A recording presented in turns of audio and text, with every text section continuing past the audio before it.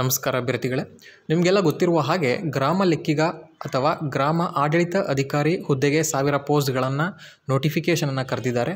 ನಿಮಗೆಲ್ಲ ಯಾವ ಜಿಲ್ಲೆಯಲ್ಲಿ ಎಷ್ಟೆಷ್ಟು ಪೋಸ್ಟ್ಗಳಿದೆ ಅಂತ ಗೊತ್ತು.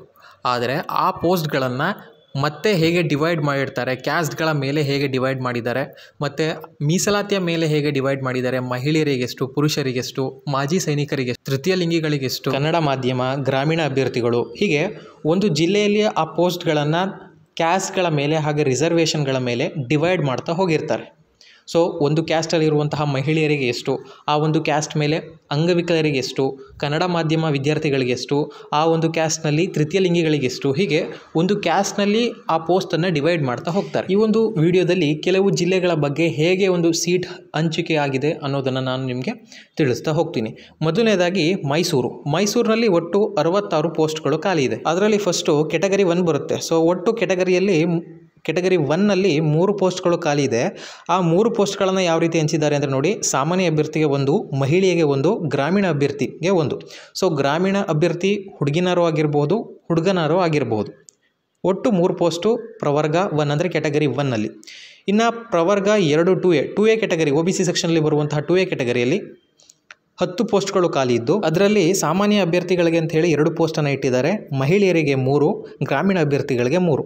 ಇನ್ನು ಅಂಗವಿಕಲರಿಗೆ ನೀವು ನೋಡ್ಬೋದು, ಅಲ್ಲಿ 1 ಸ್ಟಾರ್ ಅಂತ ಹಾಕಿದ್ದಾರೆ. ಸೊ ಸ್ಟಾರ್ ಒಂದು ಏನಾಗಿರುತ್ತೆ ಅಂದರೆ, ಇಲ್ಲಿ ಕೆಳಗಡೆ ನೀವು ನೋಡಬಹುದು 1 ಆರ್ಮ್ ಇರ್ಬೋದು, ಬೋತ್ ಆರ್ಮ್ಸ್, ಬೋತ್ ಲೆಗ್ಸ್, ಅಂದರೆ ಅವರು 1 ಕಾಲು ಹ್ಯಾಂಡಿಕ್ಯಾಪ್ಟ್ ಇರ್ಬೋದು, 2 ಕಾಲುಗಳು ಹ್ಯಾಂಡಿಕ್ಯಾಪ್ನೆಸ್ ಇರ್ಬೋದು, ಅವ್ರ ಮೇಲೆ ಆ್ಯಸಿಡ್ ಅಟ್ಯಾಕ್ ಆಗಿರಬಹುದು. ಅಂತಹ ಅಭ್ಯರ್ಥಿಗಳಿಗೆ ಇಲ್ಲಿ 1 ಸ್ಟಾರ್ ಬರುತ್ತೆ. ಸೊ 2 ಸ್ಟಾರ್ ನೀವು ಇಲ್ಲಿ ಲಾಸ್ಟ್ ರೋವಲ್ಲಿ ನೋಡಬಹುದು 2 ಸ್ಟಾರ್ ಇದೆ. ಸೊ 2 ಸ್ಟಾರ್ ಬಂದರೆ ಅವರು ಫಿಸಿಕಲಿ ಹ್ಯಾಂಡಿಕ್ಯಾಪ್ಟ್ ಇಯರಿಂಗ್ ಅಂತಂದರೆ ಕಿವುಡುತನ ಇರುತ್ತೆ ನೋಡಿ, ಅಂಥವ್ರಿಗೆ ಇಲ್ಲಿ 2 ಸ್ಟಾರ್ ಮೂಲಕ ಇಂಡಿಕೇಟ್ ಮಾಡಿದ್ದಾರೆ.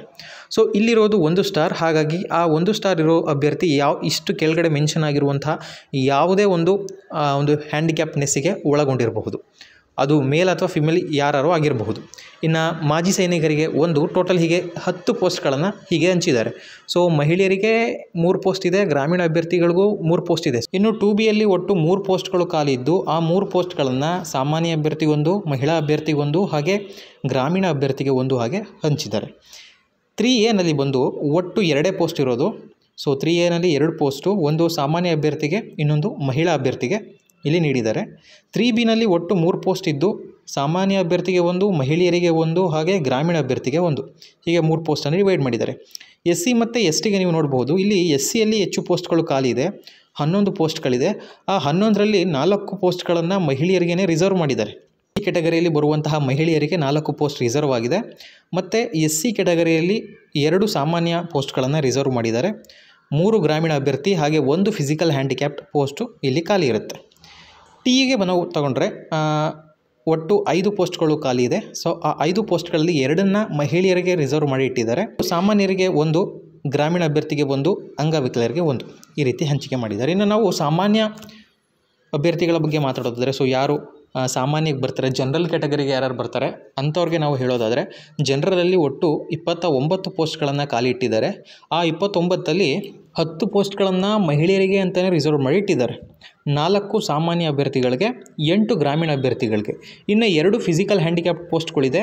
1 ಹಿಯರಿಂಗ್ ಡಿಫಿಷಿಯನ್ಸಿ ಇರುವಂತಹ ಹ್ಯಾಂಡಿಕ್ಯಾಪ್ಟ್ಗಳಿಗೆ ನೀಡಿದ್ದಾರೆ. ಅಂದರೆ ಕಿವುಡ ಯಾರು ಬರ್ತಾರೆ, ಕಿವುಡ್ರು ಅಂತ ನಾವು ಕರಿತೀವಲ್ಲ, ಅಂಥವರಿಗೆ 1 ಪೋಸ್ಟು.